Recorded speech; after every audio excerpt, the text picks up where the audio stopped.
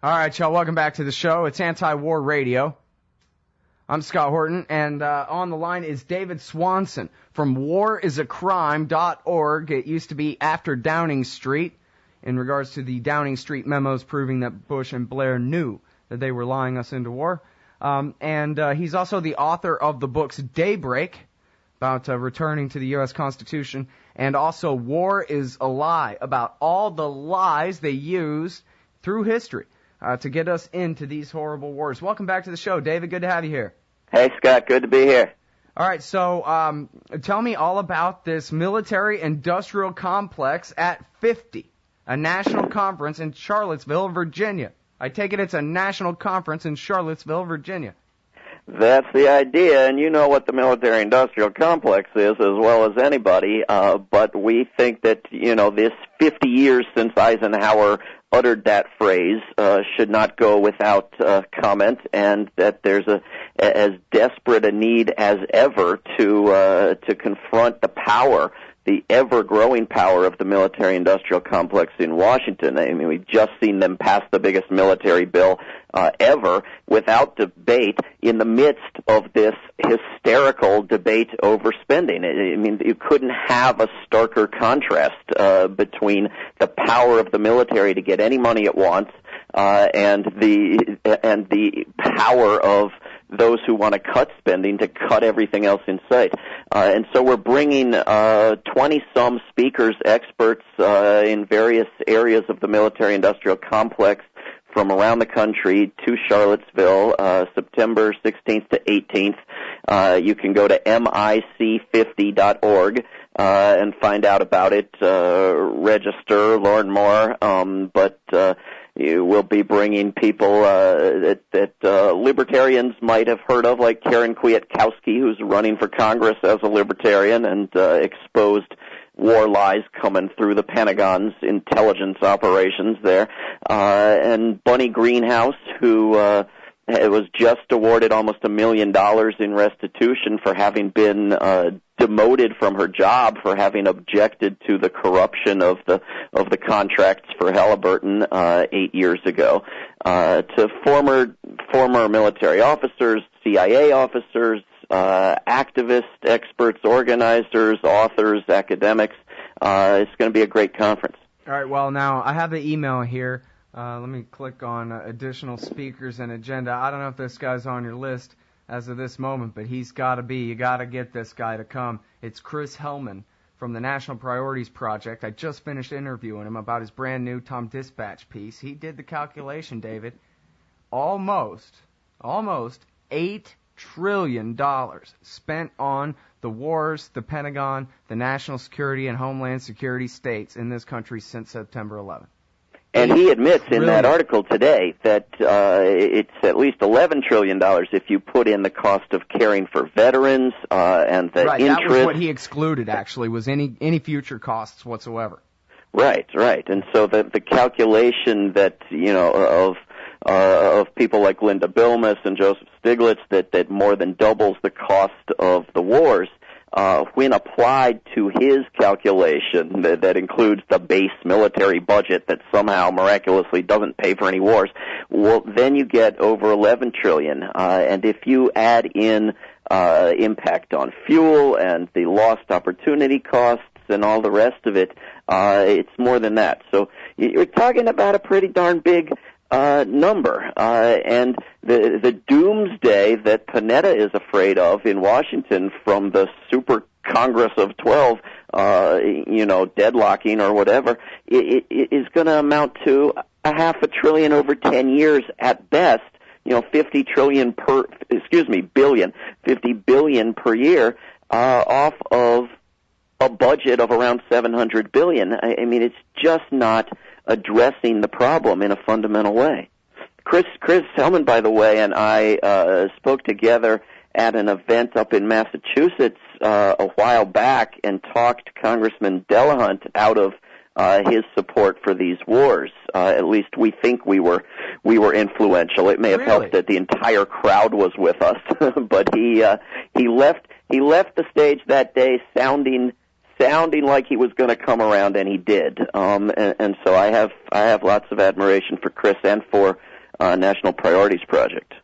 Well, that's great. And now, I wonder, what do you think it was that really won him over? Did you really challenge the premise how we got into this thing in the first place, or you just focus on the costs monetarily, or how did this work? I'm fascinated. This was put together by the peace group up there on Cape Cod, and they had a number of speakers speaking to the morality and the legality and the financial cost and all of the different ways in which these wars are disasters. Maybe it helped that the guy was planning to retire, or maybe he decided to retire because he was losing so much support. In any event, the entire audience was with us. He didn't have any good arguments. Every argument he attempted to put up was immediately and soundly refuted by one or more speakers on the stage. It was a very one-sided debate, and he disappointed everyone by refusing to firmly commit to turning against these wars. But shortly thereafter, he announced that he would, and so we. It's always a question as well of whether someone's vote matters, and when you can vote against the war knowing full well that the war spending is going to pass with the votes of others, and that no one is really going to demand your head for it, that can't hurt as well. Right. Yeah, well, I guess we'll see how well he holds to it, and if it ever does come down to a matter of his vote counting. But you say this is his last term anyway? Yes, indeed. And so somebody leaving,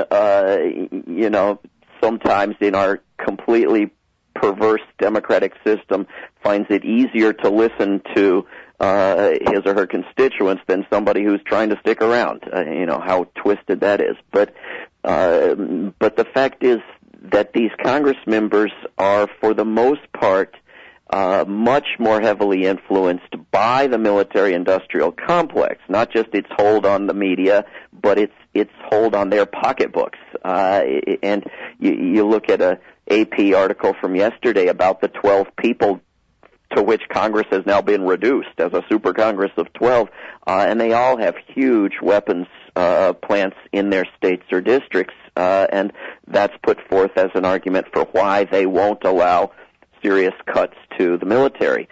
And so we think it's time that we get organized in a serious way, which this conference is attempting, to put conversion back on the agenda where it hasn't been for a generation. It's such a shame, David, that it all comes down to such short-term interests as a certain weapons plant or certain base being open in a certain congressional district multiplied, 434 times over again or whatever, that determines this policy, that it has that much sway. When, as you said before, and I think this is the most important point of all, when we talk about these trillions that have been spent on the war, it's the lost opportunity cost. It's all of the other wealth that could have been created with that money as an investment instead of turning to high explosives and, laser designators for those high explosives that are useless for any other purpose. And it just seems like you don't have the slightest bit of courage in Congress from any of these people to just say, look, it's going to be hard for your town if we close a base. But you know what?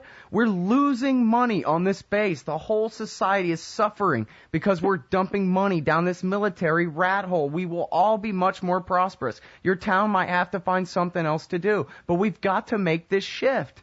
It has to happen. None of them have the courage to say that. It all comes down to 15 jobs making a little widget for a part and another part for a Lockheed jet.